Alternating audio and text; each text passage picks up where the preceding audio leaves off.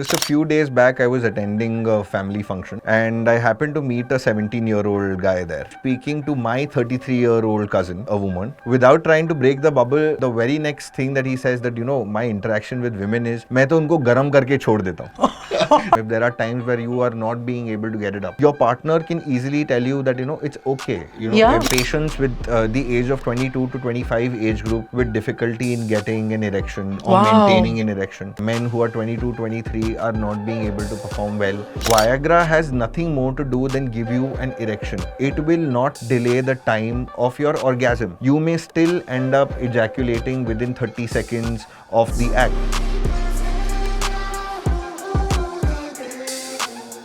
Dr. Shikhar Chaube, a distinguished dermatologist, trichologist, and a specialist in sexually transmitted diseases. He is also a well-known men's sexual health expert. Dr. Chaube brings 5 years of dedicated experience to our conversation, and he has helped 3,000 plus patients in their wellness journey. Recognized as a COVID warrior by the governor of Maharashtra, he directs Elixir Skin and Hair Clinic and is committed to comprehensive healthcare, including the treatment of leprosy. With a diverse background, he has served in esteemed government hospitals, contributed to pediatric care, and gained critical care experience at the Asian Heart Institute. Join us as we delve into his wealth of experience, passion for healthcare, and who knows, maybe even discuss his hobbies of swimming and table tennis.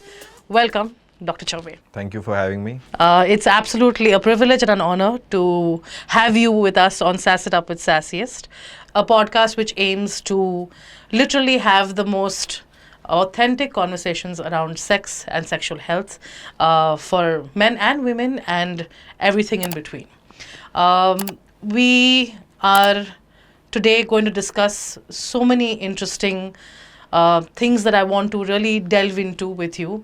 A lot of questions that not only I think I have, but a lot of our audience will have, and also give us a lot of perspective from a male point of view. And that is what I would aim at for today. So starting off with literally the basics, because this is where we are, as a podcast as well, we're in our nascent stage. I want to know from you, how is sexual education or sex education treated, by teenagers, boys who are basically penis owners? How is it treated from a young age? What are the factors surrounding that? So basically, there is always a limitation of knowledge which the teenagers have in today's day and age, because everything that comes to them in terms of sexual knowledge or sexual healthcare comes through the various movies that they watch, maybe through the OTT platforms, because earlier the movies were not great into delving into the sexual health and wellness aspect of it. And obviously they have great access to pornography, which is their other source of sexual health, wellness and education. So that limits their area of expertise to a very, very small and limited space and time frame. So the idea of sexual well-being is very limited amongst teenagers. The idea being they're still at the back end of understanding what the average male penis size is supposed to be, how long and how well are they supposed to perform. Also because of lack of personal experience in the teenagers, especially talking about our country, because there is a lack of direct exposure that they have with the opposite sex or also the same sex for today's day and age, wherein there will be a lot of verbal communication in speaking about it, but also lack of physical intimacy when it comes to actually experiencing the whole act. Correct. So that limits them to understanding what sexual health really means for men. You will see a lot of men who haven't ever indulged into any kind of a sexual practice, boasting about how well could they perform in bed or how well they could satiate a woman when they have it with them. A guy who's just spoken to a girl over a phone for more than 20 minutes is going to go meet his friends and boast about what that conversation went like, almost create an artificial date in their head where they happen to get into her pants and do a lot other more things. So that's the problem area where they would love to boast about it, but not understand how it actually works. Correct.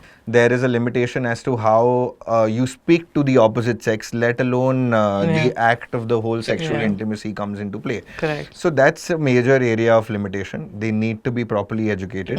They need to understand what sexual wellness is, and starting from schools and parents, they need to be their first step to exposing them to these things rather than skipping the male and female reproductive part in biology. Absolutely. And then just skipping to the plants and other organisms. Yeah, I was just going to get to that because I was basically thinking about the fact that how important it is for for boys and girls, because I think teenagers is where it starts, to be educated about each other's anatomy and bodily changes that happen over a period of time, and which does not exist, in our education system, which leads to a lot of preconceived notions on both ends. Like I keep saying that, कभी एक मर्द को नहीं सिखाया है कि एक औरत को कैसे प्यार करे, ना एक औरत को सिखाया कि एक मर्द को कैसे प्यार करे. You are expected to be the passive pleasure giver as a woman, and you are expected to be an active pleasure taker more than a provider as a man. And this is a very structured conditioning that we see as a part of society. But having said that, I really love the fact that you said that how, men tend to go and overcompensate for their experiences, their lack of experience more importantly.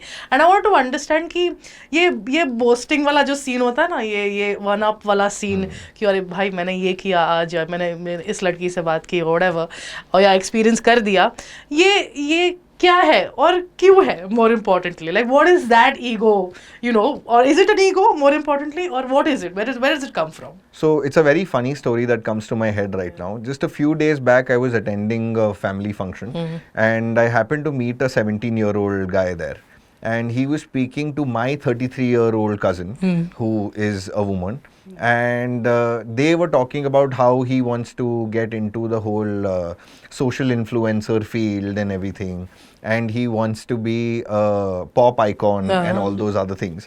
So it's great. Social media has given you a platform to do that. Correct. And then the very next moment, he had this idea that he's a very good looking person and everything. Without trying to break the bubble, the very next thing that he says that, my interaction with women is, मैं तो उनको गरम करके छोड़ देता हूँ. That was the next one-liner that came into the conversation. And he's 17. And he's 17. And he's saying this to a 33-year-old woman. Wow. All right, which is extremely condescending. Yeah. But being into that setting where we are around family, without getting offended and understanding the immaturity of a teenager, my cousin then tells him that, you need to be a little aware of what you're talking, because you're going to meet the opposite sex now on and very often. Correct. So you need to understand what you're saying. You need somebody to properly sit and talk to you about this. Yes. Maybe talk to you an elder cousin brother that you have, or maybe a sister that you might have, an elder sister. She might be able to educate you better on the idea of what the conversation is supposed to be like. So when it comes to the ego game, and if you have a group of 4 to 5 boys, wherein one person even has a girlfriend, he gets the upper hand throughout the gang, right? Correct. So he is a couple, he is well known amongst the group and circle. Yeah. The other guys want to get there. Correct. And they don't want the other person to know that, this is whom I aspire to be. Correct. And that's the major problem area. So then the imaginary conversation comes into play, wherein there are imaginary stories where they've built an entire story in their heads. And they want to share it and boast about it to the rest of the people. That, last night I got some action. And this happened and that happened. There was no action that really happened. It was just imaginary. And then, this boasting part comes into play. And as a 17-year-old or a normal teenager, it becomes very, very difficult to distinguish between the real experience and something that you've just built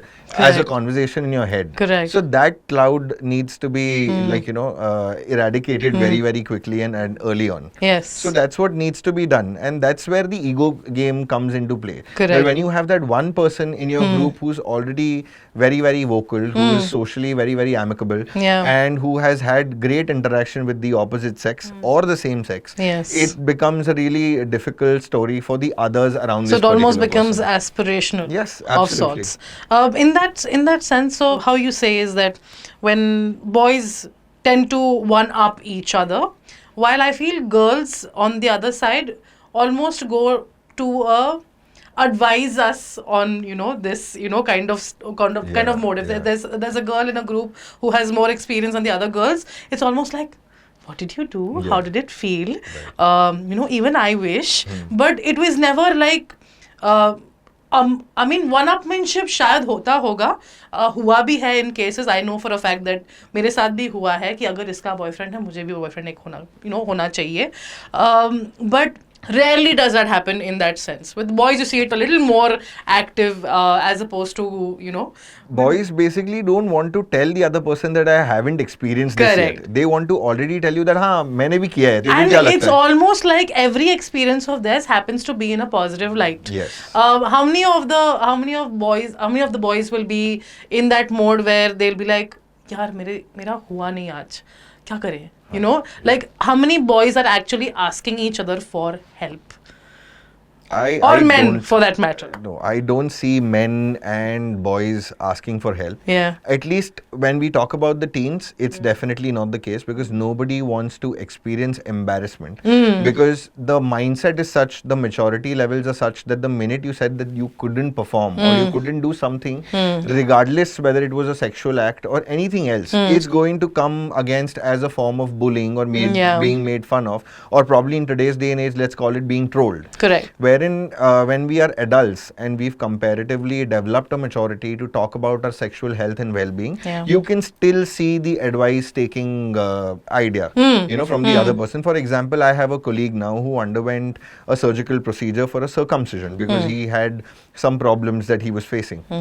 And he happened to tell me that, I have had my partner whom I met after 2 to 3 months of getting the surgery done. And post-surgery, there was some time required to heal. Correct. And I had a tough time getting it up. My partner constantly kept feeling that there is something wrong with her. But I didn't want to directly open up to her and tell her that there's something wrong with me. Correct. It's because I've undergone this surgery or this procedure that I'm not being able to get it up. I can't feel the same pleasure that I used to early on. So it's a different ball game over there. Yeah. But then men do seek help in such cases, especially if it is a close friend. Great. Going to a doctor and seeking help for the same is still a complication, because they're going to try home remedies, they're going to try things that they see online, Correct. on social media. Correct. They try it. When they fail, that's when they see they require professional help. And that's when a doctor or a healthcare provider comes into play. So these are the two different things. Correct. We'll get to that part. But before that, I wanted to ask you, because you spoke about how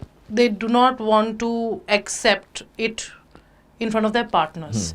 And that communication, there's a huge gap, I think, that I've seen in a lot of relationships, that is not actively done.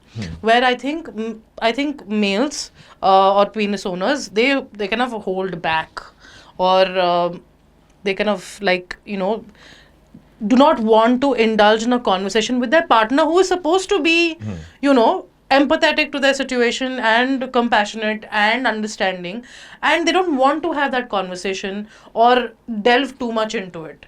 What are those inhibitions? Why are they not communicating with their partners? Honestly, I feel this is a two-way conversation. Yes, it is. It's not really one person expressing it to the other person. Correct. The idea of involving yourself into towards each other sexually stems from how comfortable have you been in a verbal conversation with each other. Correct. If there is a problem, it has to be communicated well enough from both sides. And also, if one person is not very comfortable, it becomes a natural responsibility of the other partner to make your partner feel comfortable. Correct. Whether it is a verbal conversation, whether it is something that you're not liking, whether there is something that you want to be done to you or to your partner, that needs to be communicated very well. Yes. For men, I feel it's a problem, because even if they want to communicate at times, they have this fear of being trolled by their partners that, oh, you couldn't perform or you couldn't do this, for a certain time and everything. When there is lack of communication and lack of experience between the two individuals. Once they've spent enough time with each other, once they are comfortable to speak their heart out to the other person, I think this drops down quite a bit.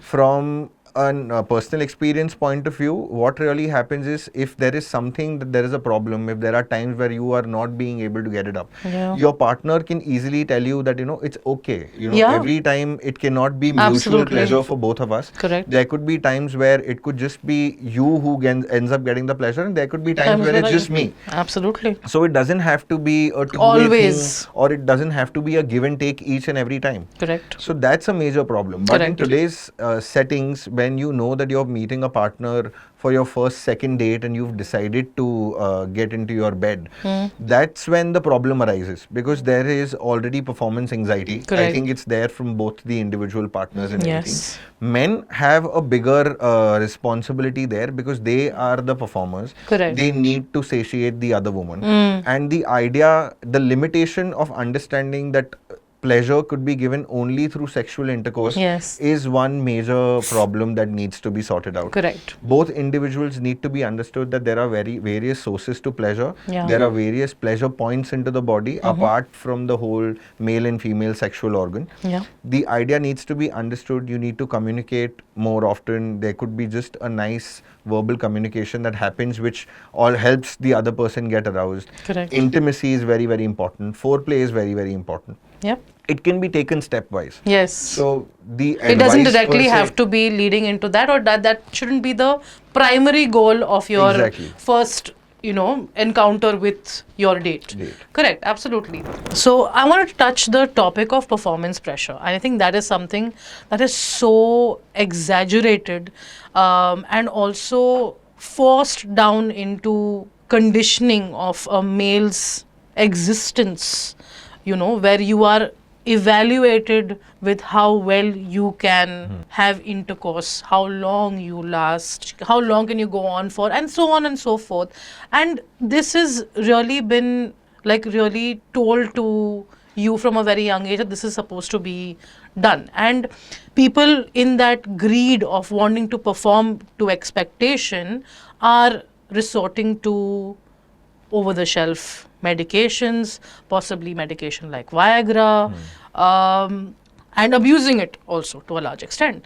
What are your thoughts on that? So basically, performance pressure is a major taboo that we face in the society today, especially for men, because the minute a man knows that he is going to get some action today, or he's decided to meet a partner and he's going to be sexually involved with this particular person, the first thought in the head is, how long am I going to go? How many positions am I going to be able to do it in? And that's a major problem. And how long am I going to be able to keep it up? Correct. So when that point comes into play, that's where these over-the-counter medications, and obviously because Viagra is a very largely spoken about topic in today's day and age. And just like Viagra basically is a vasodilator. Now what it does is, its main idea is to give you engorgement into your penile areas, wherein the blood flows directly there and it gives you a raging erection. Now the problem with this particular drug is there are various indications to the use. Overuse can definitely have horrid outcomes. Correct. People with cardiac problems are going to land up in a much worse situation. Depending, and obviously it's a prescription drug. So it's not supposed to be given off the counters firstly. So once your doctors prescribed it to you for a particular performance problem that you have, it's all right. But overuse of any particular medication is not advisable. Correct. But of this taboo, and because of the idea that you want to be able to perform for so long, people are getting it off the counter. For the first ever experience itself, they want to be able to be performing so well that they want to keep it hard for a longer time. Now, while I say this, Viagra has nothing more to do than give you an erection. It will not delay the time of your orgasm. You may still end up ejaculating within 30 seconds of the act. You may still remain hard. But the minute a man ejaculates for the first time, it's difficult for him to experience the same kind of arousal regardless of his penile erection into the act, because ultimately sex per se is more of a mental thing than it is a physical thing. I was just going to say. So people need to understand that first. Keeping your boner hard for a longer duration of time does not mean that you're going to enjoy the act of sexual intimacy for a longer duration of time.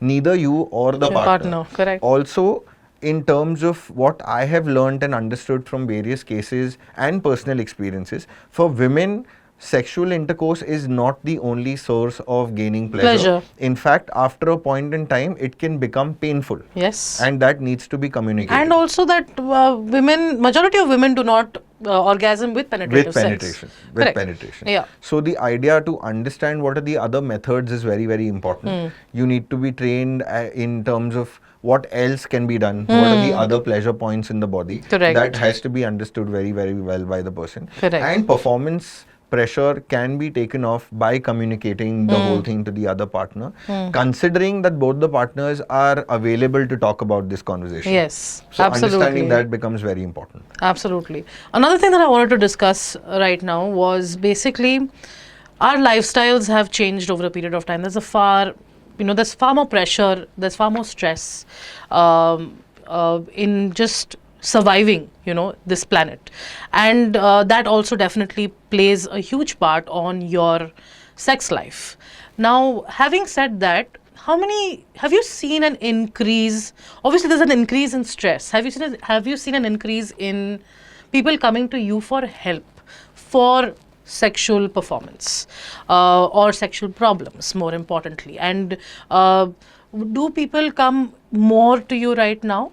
Yes, definitely. Over the years, I've seen more men and women walking into with these problems for general counseling, as well as males experiencing erectile dysfunction and premature ejaculation and difficulty in being aroused or even decreased libido due to stress, due to their work-life balance, due to the amount of stress that a person has had. Putting it across in a crass manner, if I have gone to my office today and my boss has given me a hearty firing, I am not going to be able to come back with a mindset to be able to perform well in bed with my partner, no matter how much is the mood in that particular place and age. Agreed. That's where the partners are differ in their opinions. Yeah. That's where they start to come and seek counseling from the other partner.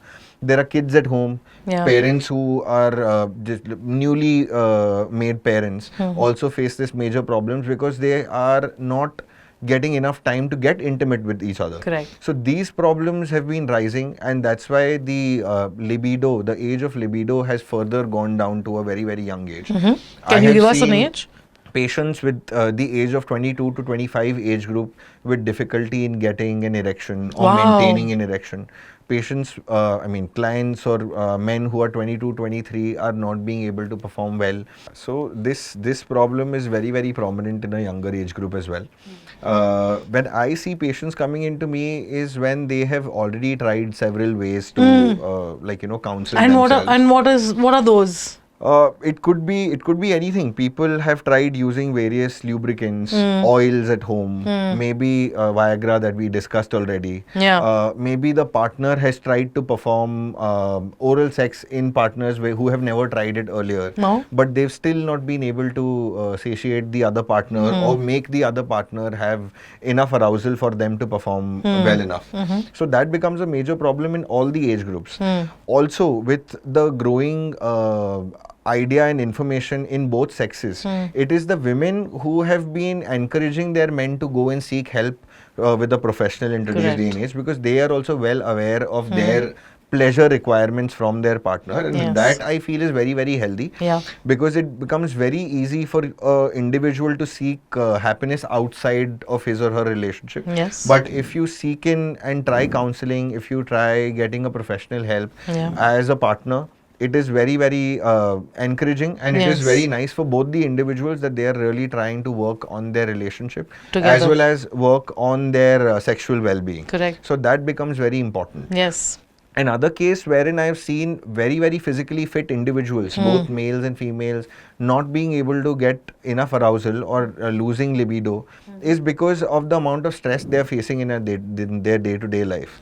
Professionals, individuals, housewives, homemakers, all of these people have faced these problems. And it is high time when they are aware that there are people outside professionally to help them and give them the right advice for which may not require any medical prescription. Absolutely. It may not require that much intervention. Yes. Yes, absolutely. So that becomes a major concern in today's day and age. In this, I love the way that you said that women are more encouraging of their partners to seek help. And probably they would I mean, the partners who listen will obviously come to you, and there will be partners who resist that as well. So another topic I wanted to address with you is, I think, very crucial in this day and age. I think male contraception is something that is the need of the hour. Contraception has been always accepted, or rather expected, by the female. You know, it's been the female's responsibility to get contraception for herself so that it could prevent her pregnancy primarily, and then other things that follow. But primarily, it is pregnancy. We don't really pay attention to STIs. We don't pay attention to several, factors that contribute towards unhealthy sex, or even something that would prevent unwanted pregnancies. What are your first things for male contraception? Like, what should it begin with? See, male contraception as a concept in India has been established for far too long now. Ever since there was a major outburst of AIDS and HIV programs which came into India, the government took a very active step in promoting free condoms exercise for men and women both. There were female contraception options also. But still, I think about 45 to 50% of the population still doesn't go with the idea of male contraception or using condoms per se. Yes. The idea and the lack of idea that it inhibits the pleasure of contact when you wear a silicone or rubber onto your penile organ is something that is really misinformed and needs to be informed very well to the individuals. It's sometimes sex should not be just seen as the idea of seeking pleasure or giving pleasure. It's also somewhere where it heads to the level of promiscuity which an individual may have in his or her life. Yes. If an individual is seeking sexual pleasure from his partner, and especially when you have multiple partners, it is very important for you to use contraception, and condoms being the easiest, one of the most safest forms of contraception available in today. Also, when it comes to female contraception, the idea of using oral contraceptive pills has over the years led to a lot of problems that women are facing on the other hand. It's easy for you to say pop a pill the next morning or the morning after pill, but the amount of fallacies that the pill has, the amount of toll that it might take on a female's health, on her future progeny is a major problem that people need to understand. And as men, it becomes an individual responsibility to use condoms regardless of the idea whether they feel that they can't feel enough pleasure. And it becomes very, very important for a female partner or a male partner, whether they are indulging sexually, to prophesize the use of a condom before indulging into the act. Absolutely. I think that needs to be stated out right and clear. I think that should be the next point mentioned after consent, that it has to be done only if protection is used. Very well said. So that said. becomes a major point. Yes. I want to understand now, when it comes to female contraception, obviously the easier ones, IUD is easier, oral contraception is easier, but there is obviously when it comes to tubectomies or vasectomies. Is vasectomy something that is easier for the male to do in a relationship to make sure that you're not having unwanted pregnancies? Medically speaking, I would say when we talk about the easiest or the complicated ones, if a male is not ready to use any kind of contraception, a woman can use a vaginal diaphragm in order to have safe sexual practices. Also, there are other modes of, there are spermicidal agents, spermicidal soaps and detergents that are available. But spermicides don't really prevent STIs. They don't prevent STIs. So hence the most safest one and the easiest one to use is a female diaphragm or a male condom. Whether we talk about vasectomy, whether we talk about a morning after pill, it still doesn't help you with preventing any kind of STIs. And STIs are extremely common, especially the herpes simplex virus, vaginal cervical cases, cervical cancer cases. Sorry to cut you right there. Cervical cancer vaccinations is it been encouraged for the men to take it as well, because they could be transmitting it? It is more common to be taken by the women, Okay. specifically in today's day and Okay. age. It is basically an HPV virus that you use. HPV is human papilloma virus, basically, which helps you protect against sexually and asexually transmitted HPV virus. Now that is taken by the women, definitely, because preventing cervical cancer makes sense only when we talk about a woman, because they have that part of the organ anatomically. Yes. Males may get them, can get them, but the best and the safest way for male to get it is get vaccinated and wear a condom. Yes, absolutely. So both the STI as well as the pregnancy and everything taken care of. This inhibition, I think I'm so glad you obviously cut that out completely, of how important it is to actually wear a condom, and I think it needs to be really resonated out there, because a lot of men definitely are the kinds who say नहीं मुझे इससे मज़ा नहीं आता, you know, देर नहीं आता तो मुझे पहनना नहीं है, and it almost becomes like an in the moment argument that you're having, you know, contemplating, where you're second thinking like, fuck, if you know, if I don't use a condom right now, then probably he will lose his erection, and probably I will not able to, you know, get intimate with him again. These are the thoughts that, you know, come to a woman's mind, while the male is only thinking of one thing and one thing only, which is his pleasure at that moment of time, not thinking of STIs, not thinking of unwanted pregnancies, that his pre-cum could have a certain amount of sperm, that it could lead to something. None of that has been thought about, and I'm glad you are the kind of person who's vocalizing this very emphatically. Moving on to how important it is for men to maintain hygiene, and do they really, now that products are available to maintain your, you know, sexual organ hygiene when it comes to intimate washes, are they open to use products like that? See, medically speaking, the female vaginal organ does not require any product per se, because it is a self-treating organ itself. The vaginal acidic pH that it has is already meant in a way where it can physiologically eradicate any unnecessary bacteria, fungi or viruses. And for males it is more of a major concern. Ideally, for all those men, considering circumcised and uncircumcised men, it is very important for them to maintain hygiene. That is, to pee before and after performing any sexual activity, to cleanse their organ every morning when they take a shower, and also every time when they pee. It may be difficult in a public scenario where they are using a public urinal. Correct. But every morning when you leave your personal space, it is important to take care of your genitals just as well as you take care of the rest of your body. Correct. So it is very important for an uncircumcised male to pull the foreskin back and then cleanse that area with water, and then other products can be used, which is not necessary, but at least water and cleansing of the area is very, very important. And so it is equally important for the women as well. Yes. When it comes to sexual intimacy, I think that should be another prerequisite for getting sexually active with any partner. Absolutely. Whether they maintain the same level of hygiene throughout the body. Yeah. I think a male's or a woman's fragrance could be a major turn on. Yeah. You know, but if a person's smelling bad and using an excuse of having great pheromones, that's a very big no-no. Yeah. You need to maintain hygiene personally in order to perform well. Agreed, both ways. And then you obviously recommend to have showers before and after your sexual experience. Yes. Absolutely, agree. Now, one thing that we want to really be curious about is that we have now an influx of pleasure products, including us at Sassiest, which are obviously, you know, encouraged right now to enhance your pleasure.